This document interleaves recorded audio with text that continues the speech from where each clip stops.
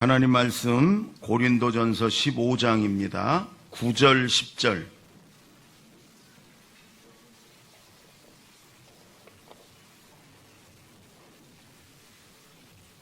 고린도전서 15장 9절 10절. 우리 다 같이 두 절 다 같이 읽습니다. 시작. 나는 사도 중에 가장 작은 자라. 나는 하나님의 교회를 박하였으므로 사도라 칭함 받기를 감당하지 못할 자니라. 그러나 내가 나된 것은 하나님의 은혜로 된 것이니 내게 주신 그의 은혜가 헛되지 아니하여 내가 모든 사도보다 더 많이 수고하였으나 내가 한 것이 아니요 오직 나와 함께 하신 하나님의 은혜로라. 아멘. 하나님이 오늘도 우리를 기다리셨어요. 하나님의 큰 은혜를 주실 겁니다. 아멘. 마음을 열고 하나님 만나고 하나님의 은혜, 하나님이 주실 그런 축복 내가 다 받을 준비를 이렇게 하고 마음을 활짝 열고 그리고 예배를 드리시면 말씀을 듣는 중에 찬양하는 중에 기도하는 중에 하나님의 은혜를 주실 거예요. 옆에 사람하고 인사 좀 하세요. 하나님의 큰 은혜 주실 겁니다. 큰 은혜 주실 겁니다. 네. 인사하라고 그러면 하는 게 좋아요. 뭘 대단하다고 다 이루고 있어. 그냥 하는 게 겸손한 사람이요. 예. 잘 오셨어요. 하나님이 기다리셨어요. 아멘. 오늘이 여러분 종려주일이고 오늘부터 고난주간이 시작됩니다. 일주일 동안 예수님이 고난당한 주간이다 이 말이에요. 뭐 대부분 다 아시겠지만 예수님은 이스라엘의 수도인 예루살렘에서 높은 사람들하고 잘 사는 사람들하고 사역한 게 아니에요. 저 북쪽에 갈릴리 호수 주변에 가난한 사람들, 병든 사람들, 쫓겨난 사람들이 거기 다 모여 있었거든요. 그들과 예수님은 복음 전하고 병 고쳐주고 왜 이렇게 귀신 들린 사람이 많아? 여러분 바닷가에 지금도 그래요. 제가 섬에서 목회했잖아요. 그 어렵게 사는 사람들, 병든 사람들 많은 곳에 귀신 들린 사람도 많아요.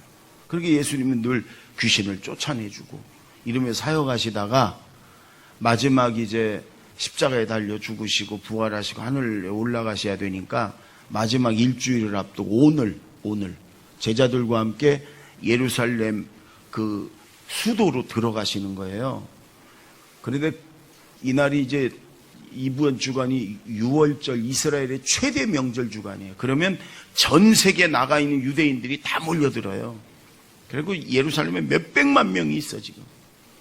예수님이 제자들과 함께 나귀를 타고 이렇게 올라가시니까 그 도시에 모여있던 수백만 명이요 종려나무 가지를 꺾고, 이 종려나무 요게 좀 큰 게 종려나무 비슷해요.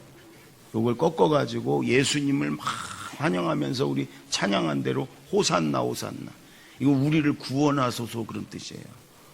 이 종려가지 나무의 뜻은 영광, 승리, 기쁨의 뜻이에요.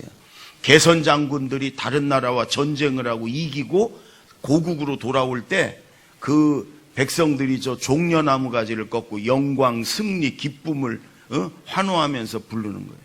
예수님 올라오실 때 이 예루살렘에 있는 수백만 명의 종려가지를 꺾고 영광과 승리와 기쁨을 나타내면서 호산나 호산나 우리를 구원하소서 그러면서 모두가 예수님을 환영했어요. 왜냐? 당시 예수님 당시 이스라엘이 로마의 식민지였어요. 식민지 시대 우리 일본에 우리가 식민지 살아봤잖아요. 그 식민지 너무너무 힘들고 고통스러운 시대를 지금 지나가고 있어요. 이스라엘 백성들이. 근데 예수님이 오셔서 눈 뜨는 게 좋아요. 눈 뜨는 게. 예배 드릴 때 눈을 뜨는 게 좋아요. 한 2명이 계속 매주 눈을 감는데 저기 교역자들은 집게를 좀 2개로 가면 안 좋으니까 준비해놔. 그래서 좀 드려 좀 선물. 중요한 부분이에요. 종려주일, 고난주일 여러분. 여러분 식민지 시대가 얼마나 힘들어요. 근데 예수님이 오병 물고기 2마리와 보리떡 5개를 가지고 수만 명을 먹이는 거예요. 그때는 새끼 밥을 먹는 사람이 없었어요. 가난해서. 그러니까 막 사람들이 이분이 우리 왕이 되면 우리는 이제 먹고 사는 건 끝났다 이제. 그래갖고 예수님을 왕으로 막 세우려고 그랬어요. 그리고 여러분 막 풍랑이 막 엄청나게 몰려와도 잔잔하라. 그러면 바다도 잔잔해져. 어떤 병이든 예수님에게 데리고만 가면 예수님 고쳐주고, 귀신은 그저 예수님이 한마디만 하면 다 떠나가고, 또 심지어 죽은 나사로, 나인성의 과부, 죽은 사람을 살리고, 그 소식을 다 들었단 말이에요. 그 예수님이 드디어 예루살렘으로 올라오시니까, 아, 저 예수님이 우리를 구원하러 오는구나. 로마로부터 구원하러 오는 거야. 배고픔으로부터 구원하러 오는 거야. 그리고 구약 성경에 다윗의 뿌리에서 한 왕이 나가지고 이 나라를 구원해 줄 메시아가 온다. 그래, 저분이 메시아구나. 아, 그리고 온 백성들이 호산나 호산나 우리를 구원하소서 그랬어요. 근데 막상 예수님이 와서 한 주간 지내는 거 보니까 그게 아니야. 예수님은 말씀만 전하고 또 성전을 깨끗하게 하고 뭐 이거밖에 관심이 없어요. 그러니까 이들이 돌변을 해요. 더군다나 기득권을 가지고 있었던 제사장, 서기관, 바리새인들에게 예수님의 잘못된 것을 자꾸 지적하니까 이들이요 선동을 해가지고 예수님을 이제 죽이게 해요. 그래 빌라도에게 고발을, 저가 하나님과 자신을 동일시했다. 신성모독죄다. 종교국가인 이스라엘에서는요 신성모독죄가 제일 큰 죄예요. 응? 저가 하나님의 아들이라고 한다 자기를. 막 이래가지고 여러분 예수님이 십자가에 돌아가시는 주간인데, 우리 요 시간으로 목요일 날 예수님이 다 아시지요. 그래서 12 제자와 함께 마지막 저녁 식사를 해요. 그게 최후의 만찬이라는 그림으로 여러분 많이 봤을 거예요. 마가의 다락방에서 식사를 하시다가 예수님의 제자들에게 떡을 떼주며 이 떡은 내 몸이다. 내가 십자가에서 찢기는 내 몸이다. 포도주를 따라주면서 이것은 너희를 위해 흘리는 내 피다. 이것을 날마다 기념해가지고 나를 기억해라. 이걸 제시해 주시고, 그 다음에 또 한참 먹다가 갑자기 예수님 일어나더니 세숫대야를 갖다가 수건을 옆구리에 차고 제자들 앞에서 무릎을 꿇고 발을 닦아주는 거예요. 제자들이 깜짝 놀랐죠. 근데 다 닦아주고 나서 가룟 유다까지 다 닦아주고 나서 예수님 그러시는 거예요. 내가 너희의 주와 선생인데 내가 너희에게 본을 보였으니까 너희는 이렇게 살아야 된다. 이렇게 섬기면서 종의 모습으로 살아야 된다. 이렇게 세 족씩 교훈을 주시고, 그리고 겟세마네 동산에 가서 간절하게 기도, 이 잔이 내게서 지나가게 해달라고. 그러나 내 뜻대로 마시고 아버지 뜻대로 하옵소서. 그리고 대제사장이 보낸 그 경비병들, 군인들 손에 붙잡혀가지고 제자들은 다 도망가고, 그리고 대제사장 집에 가서 밤새도록 신문당하고 매 맞고 조롱당하고. 제가 성지순례를 가보니까 그때 그 대제사장의 집이 있어요. 근데 집의 한쪽에 커다란 웅덩이가 있어요.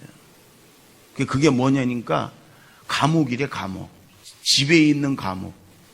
그래가지고 종교국가니까 대제사장에 데려다가 신문하고 재판하고서 거기다가 집어 던지는 거예요. 예수님도 여러분 밤새도록 신문하고 조롱당하다 그 구덩이다 집어넣었다가 다시 꺼냈다가 끌고 빌라도에게 갔다가 다시 집어 던졌다가 막 이렇게 한 거예요. 그리고 이제 새벽에 빌라도에게 가가지고 고발해가지고 이제 사형 선고를, 십자가형을 받고, 십자가형을 당하는 사람은 두 가지를 반드시 해야 됩니다. 채찍으로 40대에서 한 대 감한 채찍질을 당합니다. 끝에는 여러분 채찍 끝에는 그 날카로운 짐승 가시와 납덩이 같은 것들이 들어있어 갖고 채찍질하면 여러분 뚝뚝 살점이, 엄지손가락만한 살점들이 떨어져 나가죠. 채찍질을 당하고, 그리고 또 두 번째는 자기가 짊어질 십자가를 지고 올라가야 됩니다. 예수님이 그 십자가를 지고 골고다까지 올라가요. 그리고 우리 시간으로 금요일 아침 9시에 십자가에 달리죠. 그 십자가에 달리면 금방 죽는 게 아니에요. 뼈가 막 부러지는 고통인데도 온몸에 몸에 물과 피가 다 빠지고, 그리고 오후 3시까지 매달려 있다. 오후 3시에 다 이루었다. 죄의 값을 다 치루었다. 그런 뜻이에요. 다 이루었다. 그러시고 영혼이 떠나가셨어요. 그리고 사흘 만에 무덤에서 계시다 사흘 만에 주일날 새벽에 죽음의 권세를 깨뜨리고 무덤을 다 깨뜨리고 그리고 부활하셨어요. 다음 주간이 그게 부활 주간이에요. 그래서 우리가 부활주일에는 새벽 5시에 우리가 부활절 축하 감사 새벽 기도회를 드려요. 주무실 분은 주무시고 오실 분은 오시고, 그래서 새벽에 여러분 이번 한 주간 동안 그렇게 예수님이 그렇게 예루살렘에서 그렇게 지내셨고, 그래서 우리 전통적으로 우리 기독교인들은 요 주간을 고난주간, 고난에 동참한다 그래서 이제 금식하기도 하고 한 끼씩이든 하루 종일이든 뭐 기도도 하고 경건하게 예수님의 고난을 생각하며 예수님의 고난에 동참하는 그런 주간으로 지켜요. 그래서 한 주간 동안 여러분 어떤 모습이든지 예수님의 고난에 동참합시다. 아멘. 우리 읽었던 말씀 9절, 10절 다시 한번 읽습니다. 시작. 나는 사도 중에 가장 작은 자라. 나는 하나님의 교회를 박해하였으므로 사도라 칭함 받기를 감당하지 못할 자니라. 그러나 내가 나된 것은 하나님의 은혜로 된 것이니 내게 주신 그의 은혜가 헛되지 아니하여 내가 모든 사도보다 더 많이 수고하였으나 내가 한 것이 아니요 오직 나와 함께 하신 하나님의 은혜로라. 아멘. 바울이요 은혜라는 말을 많이 썼어요. 은혜. 오늘은 이 말씀을 보면서 우리가 은혜라는 말을 다시 한번 생각해보고 한 주간 고난 주간에 주님의 은혜를 많이 생각하고 고백하고 감사하고 그런 한 주간이 여러분 됐으면 좋겠어요. 아멘. 성가대 저를 보려면 고개도 틀고 몸도 틀고 아니면 저길 봐도 되고, 예? 고개만 이렇게 하면요 이게 파스 사붙여야 돼. 예. 그래. 저기 봐도 돼. 저기. 예. 눈만 감지 마. 여러분 이 은혜라는 말은 받을 자격이 없는데, 그리고 대가도 값도 치르지 않았는데 그냥 베푸는 호의, 사랑, 그게 은혜라는 거예요. 내가 공부를 잘했어요. 시험 쳐서 장학금 받았어. 그건 은혜가 아니에요. 왜? 자격이 있는 거니까. 내가 비싼 걸 돈 딱 지불하고 샀어. 그건 은혜가 아니라니까. 그건 내가 돈을 지불했으니까.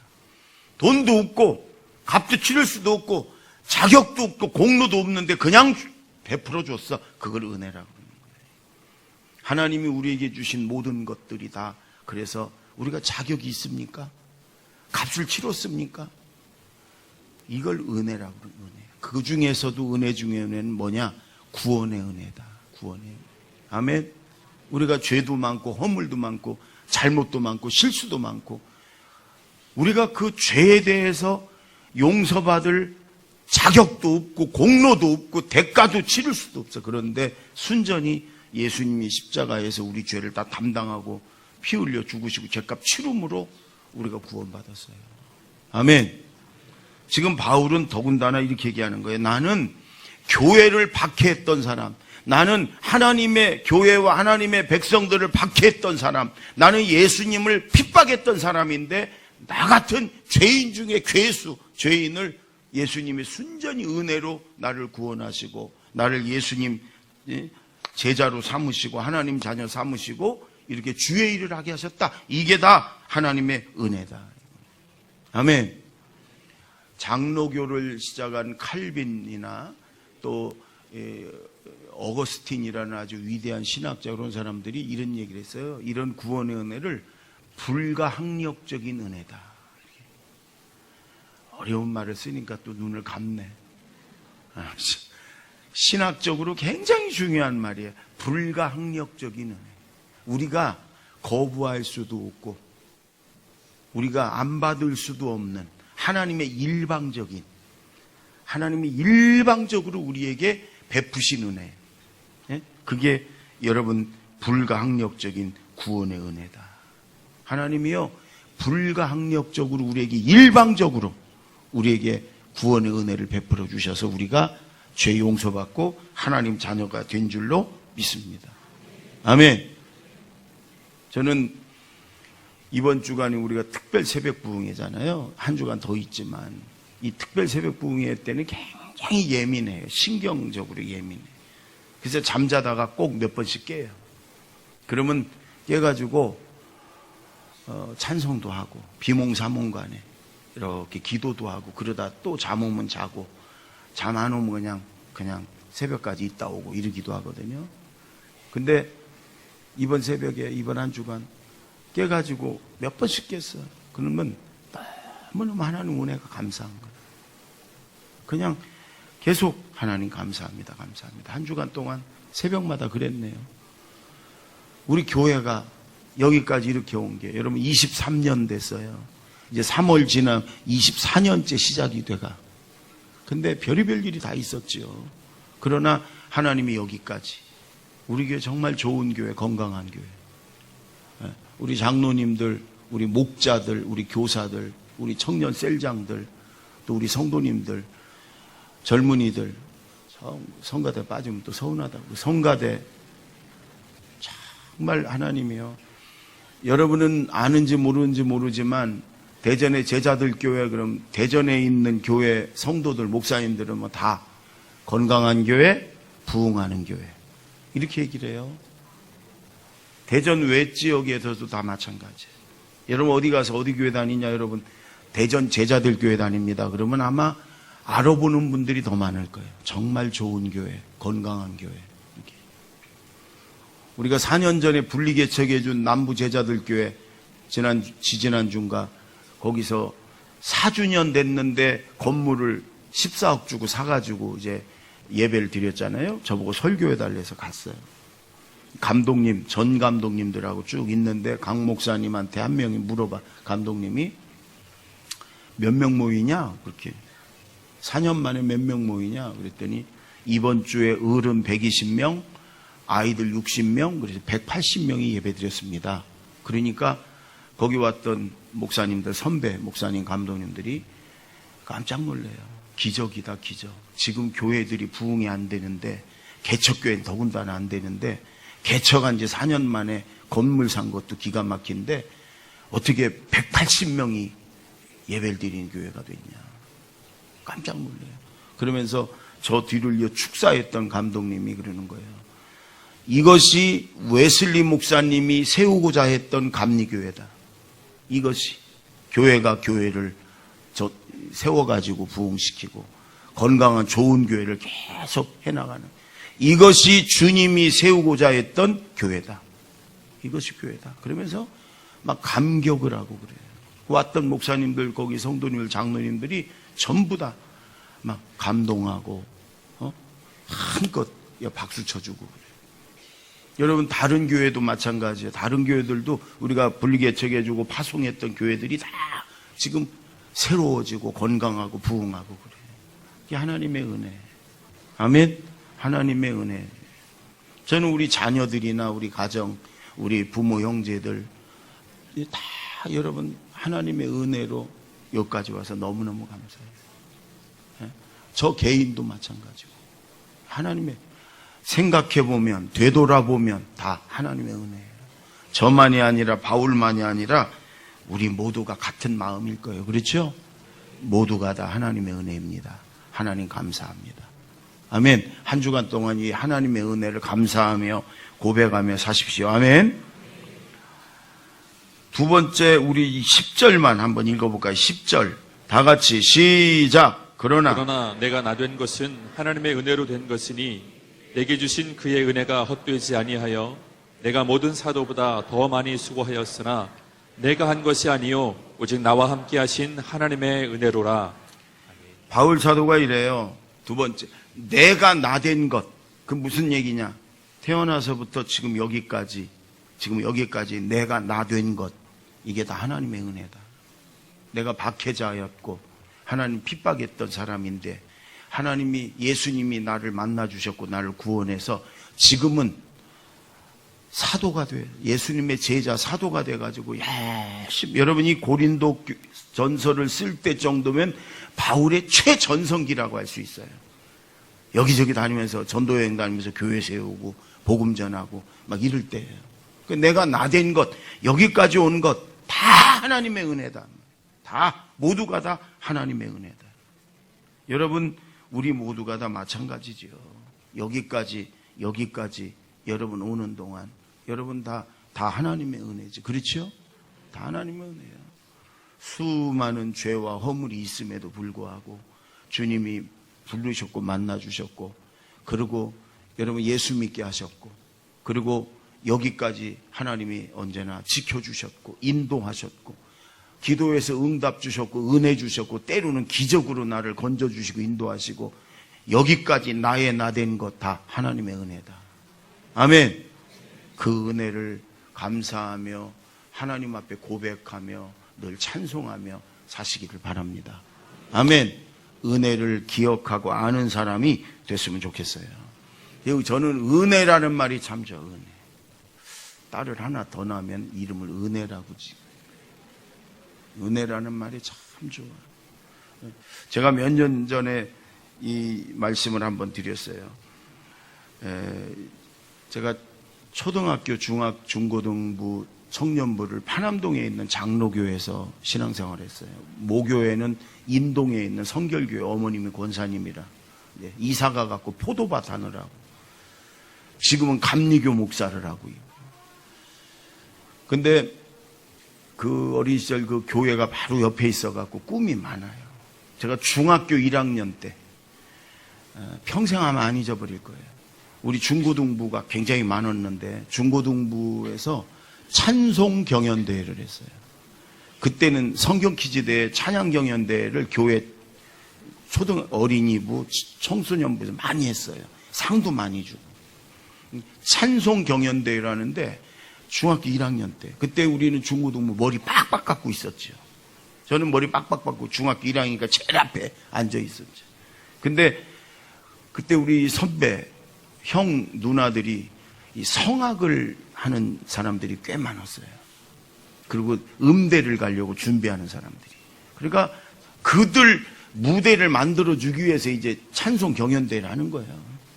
아주 뭐 소프라노, 뭐 테너, 뭐 아주 얼마나 잘하는지 몰라. 그래서 무슨 공연처럼 찬송 경연대회인데 다 끝났어요. 사회 보던 선생님이 혹시 또 누가 할 사람, 나올 사람 없냐고. 그때 제가 일어났어요. 맨 앞에서 제일 조그만하고 머리 빡빡 깎은 제가 딱 일어나서 나갔어요. 그렇게 다들 저 제일 조그만 게 뭐 하려고 저러나. 그때 제가 310장을 불렀어요. 아, 하나님의 은혜로 이 쓸데없는 자 왜 구속하여 주는지 난 알 수 없도다. 나는 믿고 또 의지함은 내 모든 형편 아시는 주님 늘 돌보아 주실 것을 나는 확실히 아네. 악보 볼 것도 없어요. 왜냐하면 그 찬송은 우리 가정의 찬송이거든요. 우리 어머니가 좋아해서 예배 때마다, 명절 때마다, 가정 예배 때마다 불렀던 찬송이거든요. 그러니까 볼 것도 없어. 나가서 머리 빡빡 깎은 제일 조그만한 중학교 1학년이 딱 버티고 서가지고 목이 터져라고 이걸 불렀어요. 심사해갖고 상을 주는데 1등. 제가 노래자랑에서 1등을 했던 사람이에요. 근데 박수 칠 건 없어요. 교회, 조그만 교회에서 뭐. 근데 그 성악을 배우는 그 선배들이 너무 잘했거든요. 근데 왜 중학교 1학년짜리를 줬나? 제가 이게 의문이 됐어요. 동정표인가? 근데 제가 생각하기를 그들이, 그 심사위원하는 여러 선생님들이 은혜를 받은 거예요, 은혜. 이 찬송의 은혜를 받은 거예요. 그래서 그냥 1등 준 것 같아요. 그 이후로는 없었습니다. 노래자랑에서 1등. 제가 이 찬송과 은혜라는 말을 잊지를 못해요. 은혜라는 말. 제가 그때쯤에 중학교 1학년 때 그때쯤에 존경했던 목사님이 한 분이 있어요. 백 목사님이라는 분이. 대동장로교회 여기 대동 천변에 지금도 있어요. 지난번에 제가 가서 거기가 설교를 하고 왔는데 거기에 백 목사님이라는 분이요. 우리 그때 파남동 교회를 비롯해서 이 대전의 용운동 뭐 이런 교회 열 몇 교회를 이렇게 개척을 해줬어요. 그리고 은퇴를 하셨어요. 다 존경하는 분이었어요. 근데 그분이 은퇴하면서 책을 하나를 썼어요. 조그만 책을. 그 제목이 뭐냐? 은혜가 나를 이렇게 하였다. 중학교 그때 제가 그게 잊어지지가 않아. 그 목사님. 은혜가 나를 이렇게 하였다. 여러분 아마 우리 교회가 지금 우리 감리교회에서 이 남부연회에서는 교회를 분리개척해 주는 데가 없어요. 우리가 처음이에요. 근데 제가 이런 꿈을 갖고 우리 장로님들하고 같이 이런 꿈을 갖고 분리개척을 해주는 게 아마 그때 그런 목사님이 영향이 있지 않을까 이런 생각이 있어요. 그러니까 우리 중고등부, 청년부, 어린이부 굉장히 중요해서 저희는 다 목사님들, 전도사 간사들을 한 파트에 막 6명씩 막 이래갖고 아이들에게 꿈과 믿음을 심어주는 게 그런 거예요. 그때 영향이. 그리고 그때 제가 그런 생각을 했어요. 나도 나중에 내가 어떤 일을 할지, 목회를 할지, 어떤 일을 할지 모르지만 다 마치고 은퇴하면 나도 저분처럼 책을 하나 쓰고 싶다. 그때 은혜라는 말을 넣어서 쓰고 싶다. 이런 마음을 가졌어요. 제가 책을 우리 교회 전도하는 책 이걸 2권을 이렇게 썼어요. 꽤 많이 팔렸어요. 목사님들이 많이 샀어요. 근데 그거는 저의 그런 어떤 이런 믿음의 그런 이야기가 아니고 그냥 목회하는 얘기고 저도 은퇴할 때 책을 한 권 그 목사님처럼 쓸 건데 하나님의 은혜입니다. 하나님의 은혜가 이렇게 했다. 이런 마음이 제가 있어요. 그 목사님이 은혜가 나를 이렇게 했습니다. 제가 어릴 때 그걸 읽으면서 굉장히 많은 감동을 받았어요. 여러분 우리가 지금도 마찬가지지만 아마 하나님 앞에 갈 때 우리의 인생의 중요한 걸 다 마치고 나서도 마찬가지일 거예요. 하나님의 은혜였습니다. 하나님의 은혜가 나를 여기까지 이렇게 이끌어 왔습니다. 아마 그럴 거예요. 그렇죠? 나의 나된 것은 하나님의 은혜입니다. 그 말이에요. 나의 나된 것은 하나님의 은혜입니다. 아멘. 또 하나 오늘 말씀에서 바울이 아주 중요한 말을 했어요. 내게 주신 그의 은혜가 헛되지 아니하여 내가 모든 사도보다 더 많이 수고했다. 그러나 이것도 내가 한 것이 아니고 오직 하나님의 은혜다. 여러분 하나님이 기가 막힌 도저히 은혜 받을 수 없는 구원받을 수 없는 나를 죄인 중에 계수인 하나님의 교회를 박해했던 나를 은혜를 주가지고 나를 사도가 되게 했어요. 예수 믿게 했어요. 그래서 이 은혜가 헛되지 않게 하려고 다른 모든 사도들 베드로, 야고보, 요한 이런 사도들보다도 내가 더 많이 수고하고 더 많이 충성했다 이런 말이에요. 그런데 그것도 내가 한 게 아니고 오직 하나님의 은혜다. 하나님의 이 귀한 은혜가 헛되지 않게 하려고 내가 더 수고하고 충성했다. 여러분 우리도 다 마찬가지. 여러분 자격이 있어서 우리가 받은 게 아니라 순전히 하나님의 은혜로 구원받고 하나님 자녀되고 여기까지 우리가 하나님의 축복으로 왔잖아요. 그 은혜가 헛되지 않게 우리도 하나님 앞에 더 거룩하고 더 순종하고 더 하나님의 은혜 속에 살아야 될 줄로 믿습니다. 하나님의 은혜를 헛되게 하는 사람 되지 말고 하나님의 은혜를 헛되지 않게 하려고 더 하나님 앞에 몸부림치며 바로 서고 늘 순종하는 저와 여러분이 됐으면 좋겠어요. 바울처럼 은혜가 헛되지 않았던 사람이 존 뉴턴 목사님이에요. 아마 여러분 많이 들어봤을 거예요.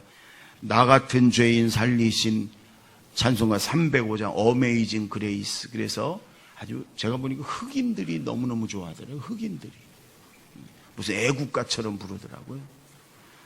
여러분 이 존 뉴턴 목사님은 6살 때 고아가 됐습니다. 친척 집에 갔는데 친척들이 무시하고 조그만 잘못을 해도 막 심한 벌을 주고 그래갖고 몇 살인지 아마 한 10살, 요때쯤에 가출을 했어요. 그러니까 그 어린 나이에 가출해갖고 여러분 할 게 뭐 있겠어요? 완전 사회 밑바닥 생활이지. 어릴 때부터 엉망진창인 삶을 살았죠. 상처도 많이 받았고. 그러면서 어린 나이부터 술, 싸움 뭐 이러면서. 그러다가 해군에 입대를 했어요. 해군 가서도 막 여기저기 들이받고 막 이러면서 탈영도 하고. 그래서 영창도 가고. 사고 뭉치였고. 이러다가 이제 제대를 하고요. 노예 잡아다가 팔아먹는 노예선 선원으로 들어갔어요. 그냥 아프리카에 가가지고 그냥 짐승 잡듯이 잡아가지고 그래서 미국의 남부 그 농장에 노예로 팔아먹는 거예요. 이게 인신매매죠. 근데 이게 얼마나 악하냐면 이게 사람 취급을 안 하는 거예요. 무조건 잡아가지고 그 노예선 갑판에다가 묶거나 굴비 엎듯이 묶거나 항해하는 동안 먹을 거 안 죽을 만큼만 줘요. 거기서 그냥 말로 죽는 사람, 영양실조로 죽는 사람이 굉장히 많아요. 그럼 뭐 양심의 일말의 가책도 없이 풀어갖고 바다에다 던져버리는 거예요. 심지어 상어떼들이 막 몰려들면요, 그 중에 제일 비실비실한 갖다가 팔아도 돈 안 될 만한 그런 사람 풀어갖고 상어 밥으로 던져주고 막 잡아 뜯어 먹는 거 보면서 막 박수치고 막. 이 인간이 아니죠. 이런 삶을 나중엔 노예 선장이 됐어요. 여러분 그러다가요, 토마스 아켐푸스의 그리스도를 본받아라는 책을 그 배에서 우연히 봤어요. 그걸 보면서 자기를 보게 됐어요. 이건 인간도 아니구나.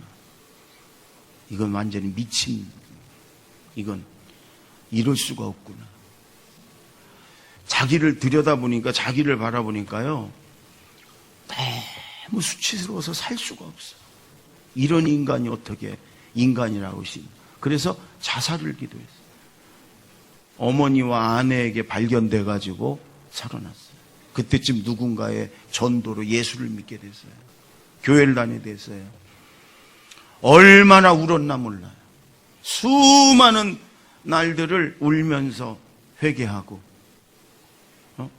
그리고 나 같은 죄인을 용서해 주시고 구원해 주신 주님의 은혜가 너무너무 놀라워가지고요, 맨날 얼마나 많은 시간을 울면서 회개하고 기도하고 감사했는지 몰라. 그러다가 신학교에 들어가서 목사가 됐어요. 죽을 때까지 이분의 설교는요, 하나님의 은혜가 나 같은 죄인을 구원했다, 그거예요. 교인들이 그 소리 그만하라고 그래도 이거보다 더 중요한 설교가 어디 있냐. 그리고 이 가사를 써가지고 찬송을 만드는, 나 같은 죄인 살리신 주 내 늘 나와.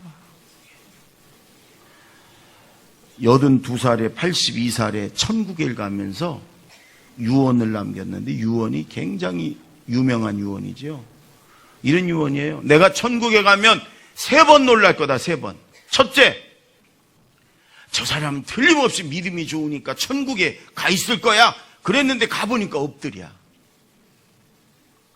눈 떠요. 없을지 몰라. 저 사람은, 저 권사님은, 저 집사님은 틀림없이 저렇게 믿음이 좋은데 뭐 천국 가면 틀림없이 있을 거야. 근데 없더랴. 그래서 놀랄 거래. 두 번째, 저런 사람은 절대로 천국 못 갈 거야. 저런 인간이 무슨 천국에 가. 그랬던 사람이 가보니까 천국에 있으면 내가 깜짝 놀랄 거다. 그럴 수 있죠.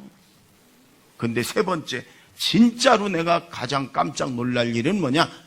나 같은 죄인이 지금 천국에 와 있는 걸 보고 제일 놀랄 거다.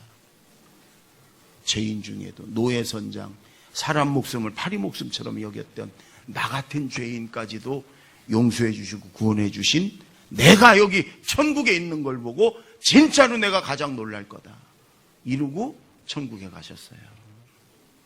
여러분, 우리가 이 존 뉴턴 목사님처럼 이렇게 무슨 사람 목숨을 막 이렇게까지 한 그런 정도는 아니지만, 그래도 우리도 여러분 여기까지 오는 동안 수많은 그런 죄와 허물과 잘못과 실수가 점철된 인생을 우리가 살지 않습니까? 그런데 순전히 하나님의 은혜로 자격도 없고 공로도 없고 값도 치르지 않았는데 하나님이 예수님의 그 보혈로 우리를 용서해 주시고 죄 다 씻어 주시고 우리를 구원해 주셨어요. 아멘. 우리 하나님의 은혜. 여기까지 하나님의 은혜로 왔고 앞으로도 하나님의 은혜로 갈 거예요. 나의 나 된 것은 순전히 모두가 하나님의 은혜입니다. 이런 고백 감사하며 삽시다. 아멘. 또 하나, 이 귀한 은혜가 헛되지 않게 살겠습니다. 이 은혜가 헛되지 않도록 하나님의 은혜 속에서 죄 버리고 거룩하고 순종하며 살겠습니다. 한 주간 동안 이렇게 살아가시기 바랍니다. 아멘. 하나님이 기뻐하시고 더 큰 은혜를 주실 거예요. 다 같이 기도하겠습니다. 하나님 아버지, 바울처럼 나의 나 된 것은 모두가 다 순전히 하나님의 은혜임을 고백합니다. 하나님의 은혜 감사합니다. 이 엄청난 놀라운 하나님의 은혜가 헛되지 않도록 죄 버리고 거룩하고 순결하게 살아가겠습니다. 그 놀라운 은혜가 헛되지 않도록 하나님의 은혜 속에 살겠습니다. 예수님의 이름으로 기도하옵나이다.